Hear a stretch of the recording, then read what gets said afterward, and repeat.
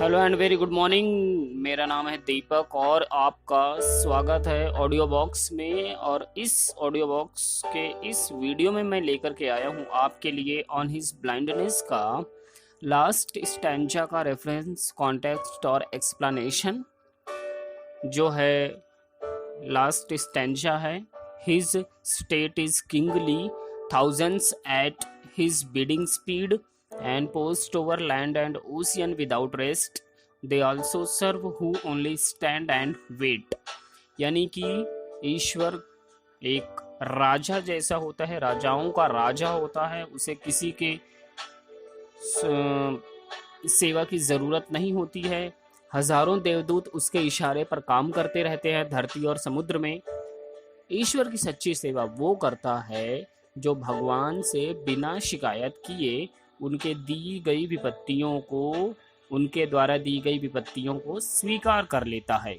तो चलिए फिर इसका रेफरेंस, कॉन्टेक्स्ट और एक्सप्लेनेशन लिखते हैं। आप लोग पेन कॉपी साथ में लेकर के बैठिए। तो रेफरेंस तो जैसा कि आपको पता ही है कि यही होगा। This stanza has been taken from John Milton's personal sonnet on his blindness. ये हो गया आपका रेफरेंस। कॉन्टेक्स्ट, जिसमें आप लिखेंगे कि किस चीज़ों के बारे में बात की गई है। हेयर, शुरुआत करेंगे आप। Here Milton expresses his firm belief in the greatness of God. He comes to know that unconditional surrender to the will of God is the best service to him. यानी कि यहाँ पर मिल्टन यानी कि John Milton व्यक्त करते हैं ईश्वर की महानता में दृढ़ विश्वास को। मिल्टन ईश्वर की महानता में दृढ़ विश्वास को व्यक्त करते हैं। ही कम्स टू नो यानी वो जान जाते हैं। क्या जान जाते हैं? दैट की अनकंडीशनल सरेंडर, बिना किसी शर्त के समर्पण कर देना ही, to the will of God, ईश्वर की इच्छा पर, is the best service to him, उसकी सच्ची सेवा और अच्छी सेवा करना है। बिना किसी शर्त के ईश्वर के समक्ष ईश्वर की इच्छा पर स्वयं को छोड़ देना ईश्वर की सबसे सच्ची सेवा और सबसे अच्छी सेवा है। इसके अलावा और कुछ नहीं है।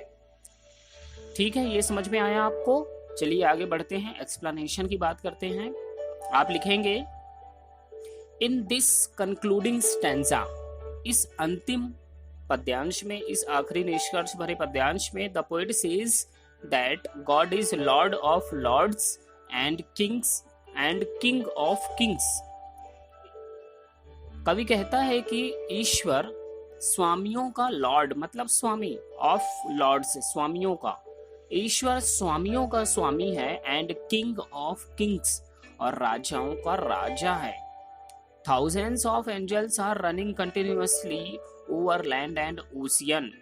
Thousands of angels यानी कि हजारों देवदूत, आर रनिंग, दौड़ रहे हैं, कंटिन्यूसली, निरंतर, लगातार, ओवर लैंड एंड ओशियन, जमीन पर और समुद्र में, धरती और समुद्र में लगातार ईश्वर के निर्देशों पर हजारों उनके देवदूत दौड़ रहे हैं, निरंतर काम कर रहे हैं।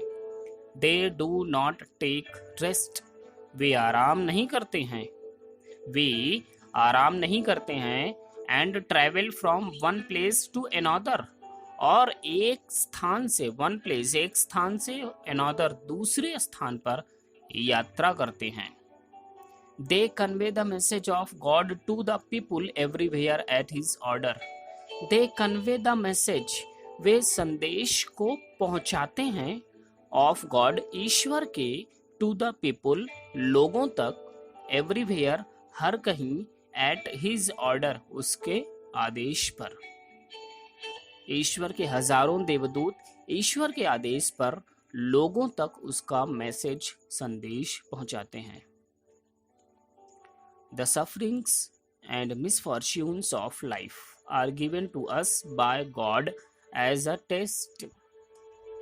द सफरिंग्स मतलब संघर्ष, जो सामना करते हैं, एंड मिसफॉर्च्यून्स और दुर्भाग्य, जो कठिनाइयां हैं और जो दुर्भाग्य है, ऑफ लाइफ, जीवन के, आर गिवन, दिए जाते हैं, टू अस, हमें, बाय गॉड, ईश्वर के द्वारा।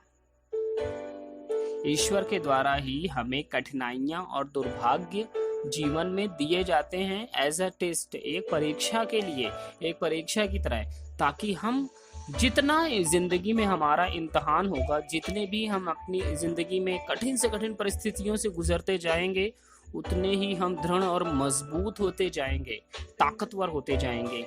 ठीक है, इसीलिए विपत्तियां जीवन में आती रहती हैं। जिसको हमेशा जीवन में सुख मिला हो, अचानक उसके सामने अगर कोई विपत्ति आ जाए तो वो उसका फिर सामना नहीं कर सकता है। आगे देखिए, so the best service to God is to bear these sufferings without any complaint. So इसलिए the best service to God, ईश्वर की सच्ची सेवा और अच्छी सेवा करना वो है बियर, सहन करना, दीज सफरिंग्स, इन समस्याओं को, इन कठिनाइयों को, विदाउट एनी कंप्लेंट, बिना किसी शिकायत के।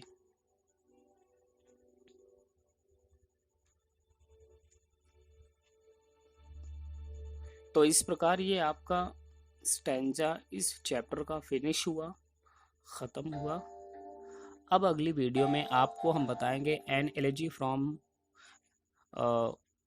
N elegy written in a country churchyard, इसका स्टैंजा, इसका एक्सप्लेनेशन, रेफरेंस कॉन्टेक्स्ट बताएंगे आपको। तब तक के लिए धन्यवाद। जय हिंद।